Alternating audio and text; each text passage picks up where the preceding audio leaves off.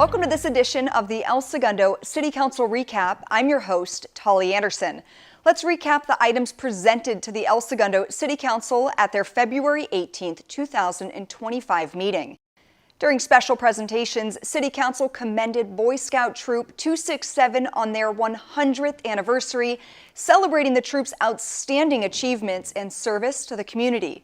During the consent agenda, Councilmember Baldino requested clarification on the waiver of the city's commercial auto insurance requirement for qualifying recreation park and library department contractors and vendors with low-risk scopes of work. After discussion, City Council approved this item. Lieutenant Luke Muir and Sergeant Anthony Sanchez provided a quarterly update on the city's homeless outreach program, Patches. The El Segundo Police Department initiated a grant-funded homeless outreach services team known as the Host Detail. During this quarter, there were 13 host details, resulting in 75 homeless individuals being contacted and 3 individuals transported to shelters. ESPD coordinates with Harbor Interfaith Services to connect individuals experiencing homelessness with available services and potential housing placement. Since the inception of the program, 18 individuals are now off the street, 12 into a shelter or housing program, 3 reunified with family members, and 2 military veterans into the VA. Out of the 18 individuals, only 4 have returned to living on the street. Chief Financial Officer Paul Chung presented the city's mid-year budget and second quarter fiscal year 2024 through 2025 financial report. The FY 2024 through 2025 budget revenues and expenditures are on track. Staff recommended additional appropriations resulting in a net general fund increase of $396,294. Expenditures include 3 new police officers and related training and equipment, increased firefighter salaries following the promotion of some firefighter to the firefighter paramedic rank, repairs of pump station 16, and unfreezing a management analyst position in the city manager's office. City Council approved the amendments and received and filed the report.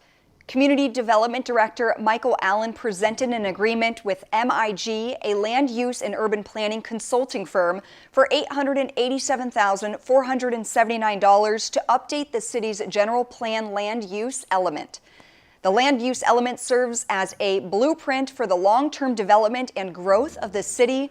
City Council approved the agreement with MIG, along with the establishment of a technical advisory committee, including 1 City Council member to contribute to policy recommendations, and the creation of a land use framework that serves the best interest of the community.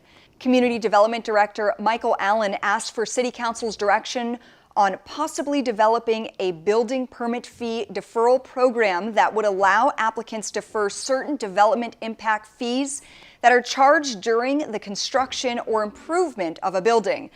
After discussion, City Council directed staff to return with a proposed fee deferral program, including a mechanism to ensure fee payments are submitted when due prior to the issuance of a certificate of occupancy.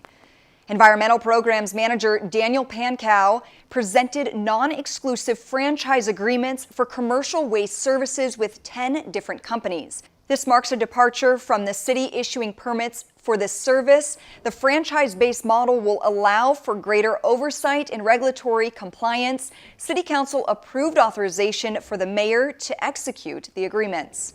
Mr. Pankow also presented an ordinance to amend the Municipal Code Title 5, Chapter 2 to provide for franchising of commercial waste management. City Council waived the first reading and introduced the ordinance.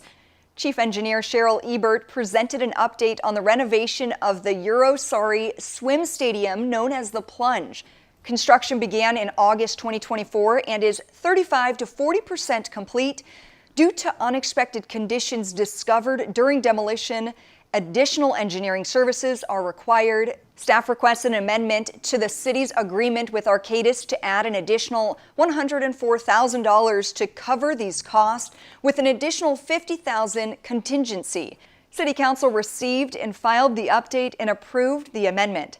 City Council also approved an amendment to the plunge facility use agreement with El Segundo Unified School District to allow the school district to expedite its $1 million contribution to the renovation of the plunge prior to project completion. Finally, City Manager Darrell George gave a brief update on the Hyperion treatment plant. The city plans to submit a letter in advance of the upcoming AQMD abatement hearing highlighting continued concerns with the facility. This hearing is scheduled for August 4th. Over the past 2 weeks, AQMD received approximately 19 odor complaints.